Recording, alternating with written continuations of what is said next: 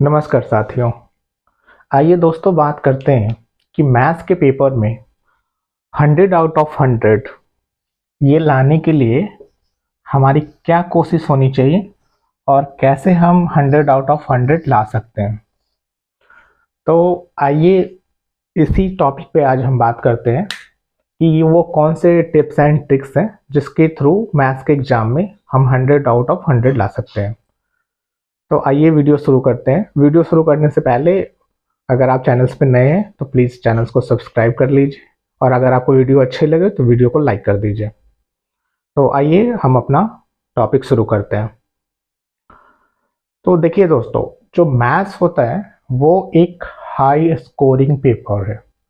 Maths एक ऐसा है जिसमें आप पूरे 100 में 100 मार्क्स ला सकते हैं। मीन्स 100% मार्क्स आप गेन कर सकते हैं मैथ्स वाले पेपर में।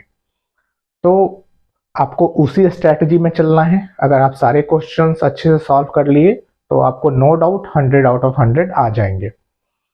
तो ये तो पहली बात हो गई कि ये एक हाई स्कोरिंग पेपर है और आपको इसमें कोशिश करना है कि आप अपना जितना भी मैक्सिमम, वैसे 100 आउट ऑफ 100 लाना भी सीबीएसई 10th क्लास के बोर्ड में कोई बड़ी बात नहीं है। बहुत सारे ऐसे स्टूडेंट्स होते हैं जो 100 आउट ऑफ 100 आसानी से ले आते हैं। तो इसी के कुछ टिप्स और ट्रिक्स के बारे में जानते हैं कि मैथ्स में 100 आउट ऑफ 100 स्कोर करने के लिए और हमें क्या क्या करने चाहिए। तो देखिए दोस्तों, आपको जैसा पता है कि आपके मैथ के एग्जाम में 38 क्वेश्चंस आएंगे। तो 38 क्वेश्चंस के लिए आपको एक स्ट्रेटजी लगानी पड़ेगी। आपको जब क्वेश्चंस मिलता है तो आप एक बार पढ़ के देखिए। वैसे जो भी पढ़ने वाले बच्चे हैं और जो पूरी साल मेहनत करते हैं उनका हमेशा ये रहता है कि वो 100 में 100 क्वेश्चंस उनको कर मीन्स 100 में 100 मार्क्स उनको लाने हैं। तो 100 में 100 मार्क्स लाने के लिए अब मान लीजिए कि आपके पास 1 से लेके 38 क्वेश्चंस हैं, 1 to 38। तो क्या स्ट्रेटजी होनी चाहिए? 1 से लेके 38 क्वेश्चंस करने चाहिए या 38 से लेके 1 नंबर पे आना चाहिए?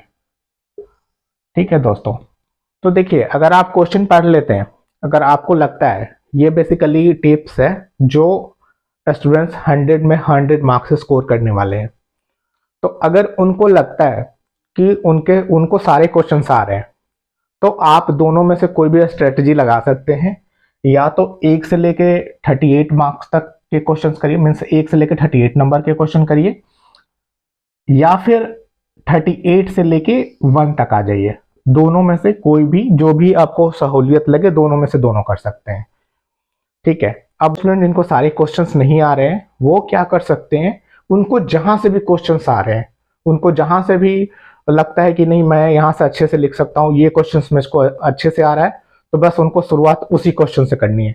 अगर उनको 15 नंबर क्वेश्चन आ रहा है, उनको अगर 20 नंबर क्वेश्चन आ रहा है, तो जहां से आ रहा है वहीं से शुरू करना है। जो जो पहले आ रहा है वो करना है। तो दोस्तों ये बात हो गई कि क्वेश्चंस के नंबर्स में क्या स्ट्रेटेजी अपनाने हैं।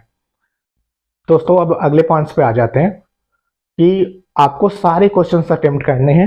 ये मैंने पहले भी एग्जाम से रिलेटेड कई सारे वीडियो बनाए हुए हैं, आप चैनल्स पे जाके सारे वीडियो चेक कर सकते हैं। सारे बहुत इंफॉर्मेटिव हैं, आप देखेंगे तो सारे वीडियो जो आपको पसंद आएंगे। तो मैं एक बार फिर से रिपीट कर देता हूँ, मैंने पहले भी बताया हुआ है कि आपको सारे क्वेश्चंस अटेम्प्ट करने हैं, आपको एक भी क्वेश्चंस नहीं छोड़ना है।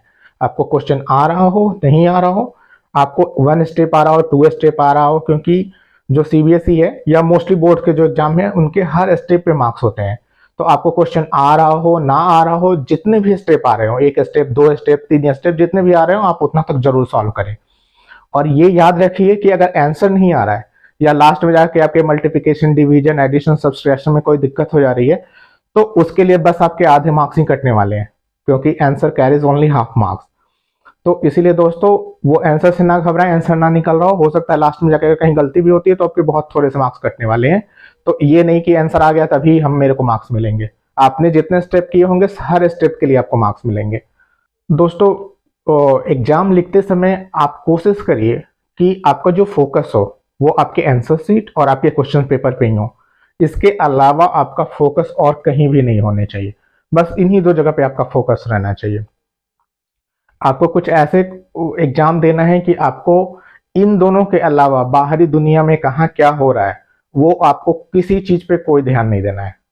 एक तरह से आपको बस क्वेश्चन और जो आंसर सीट है, बस इन्हीं दोनों चीज़ों पे आपको अपनी निगाह जमा के रखनी है और बस इन्हीं के बारे में सोचना है। इन्हीं पे आपको 100% कंसंट्रेटेड रहना है। आपको ऐसे एग्जाम देना है जैसे आप अपनी ज़िंदगी का सबसे बेस्ट एग्जाम लिख रहे हैं। तो इसीलिए दोस्तों, जो क्वेश्चन है और जो आंसर सीट है, आपको उसी पे अपनी आंख जमा के रखनी है। तो दोस्तों, जो अगला पॉइंट है हमारा, जो अगला चीज़ आपको ध्यान रखना है, वो ध्यान रखना है कि जो डायग्राम्स वगैरह कुछ बनाने हैं आपको अपने आंसर सीट में, वो सारे आपको पेंसिल से करने हैं। आपको पेंसिल का ही यूज करना है, पेन चाहे ब्लू चाहे ब्लैक पेन का यूज नहीं करना है। डायग्राम बनाने के लिए जितने भी डायग्राम्स हैं वो आपको सिर्फ और सिर्फ पेंसिल से बनाने हैं। लिखने के लिए आपको ब्लैक और ब्लू पेन इस्तेमाल करना है। इसके अलावा और कोई भी तरह का पेन आपको इस्तेमाल नहीं करना है।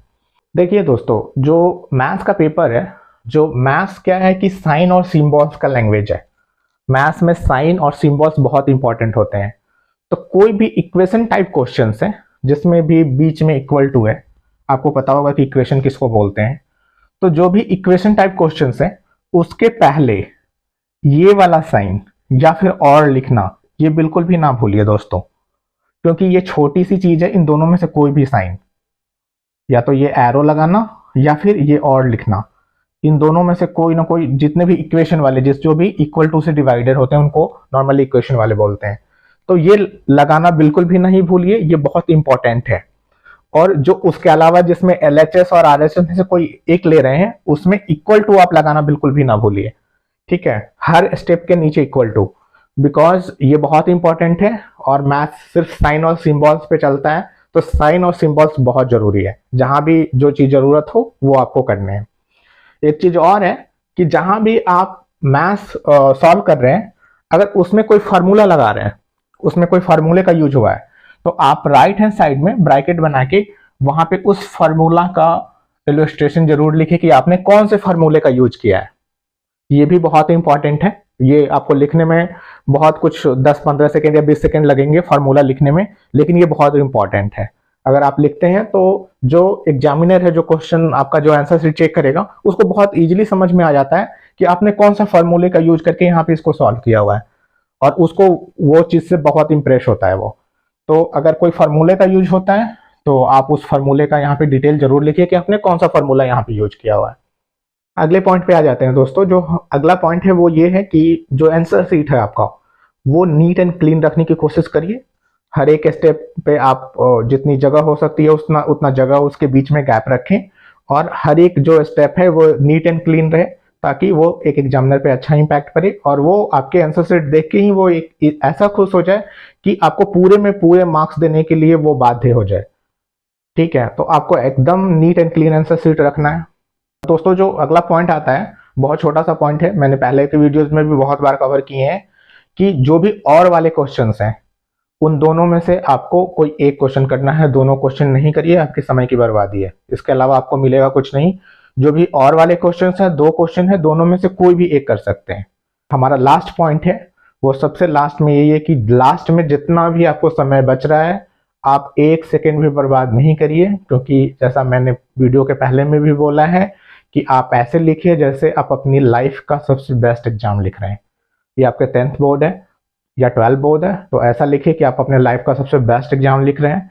आप अपने जिंदगी का एक क्षण भी वहां बर्बाद नहीं करिए। जो एग्जाम टाइम मिला वो उसका 1 सेकेंड भी बर्बाद आप वहां पे नहीं करिए। जितना भी समय आपको मिल रहा है वो आप उतना रिवीजन में लगाइए। आप बार बार पलट के देखिए, आप एक बार रिवाइज कर लीजिए, 2 बार रिवाइज कर लीजिए। और अगर आप ऐसे परफॉर्म करेंगे, अच्छे एग्जाम देंगे, अगर आप ऐसे एग्जाम देंगे दोस्तों, तो नो डाउट आप 100 आउट ऑफ 100 मार्क्स स्कोर करेंगे। जो बच्चे बहुत ज्यादा पढ़ाई नहीं किए हैं, जो बच्चे बस सोच रहे हैं कि हाँ मेरा पेपर किसी तरह निकल जाए, उन बच्चों के लिए स्पेशल टिप्स यही है कि दोस्त, हर एक क्वेश्चन करिए, जितना भी जो भी आ रहा है। आप भी एक भी समय वहां पे ना गंवाइए। जितना भी आप लिख सकते हैं, जितना भी आपको आ रहा है उतना लिखने की कोशिश करें, और आप भी अपना बेस्ट लिखने की कोशिश करें। और खाली समय में खाली बैठ के वहां पे समय ना गंवाएं। जो भी आ रहा हो उसको आप 2 बार 3 बार, कई बार क्या होता है क्वेश्चंस को हम 3 4 5 बार पढ़ते हैं तो क्वेश्चन हमें समझ में आ जाता है और उसका आंसर हमें हमारे दिमाग में क्लिक हो जाता है। तो दोस्तों, आज के लिए बस इतना ही। बहुत जल्दी अगले वीडियो में मिलेंगे। और जाते जाते एक बार फिर मैं आपसे कहना चाहूंगा कि आप प्लीज चैनल को सब्सक्राइब कर लीजिए, और अगर आपको वीडियो अच्छा लगा हो तो लाइक कर दीजिए, और बेल आइकन को भी क्लिक कर लीजिए ताकि जब भी कुछ नया नोटिफिकेशन, नया वीडियो मैं अपलोड करूं तो आपको सबसे पहले नोटिफिकेशन मिल जाए। तो दोस्तों आज के लिए इतना ही। जय हिंद।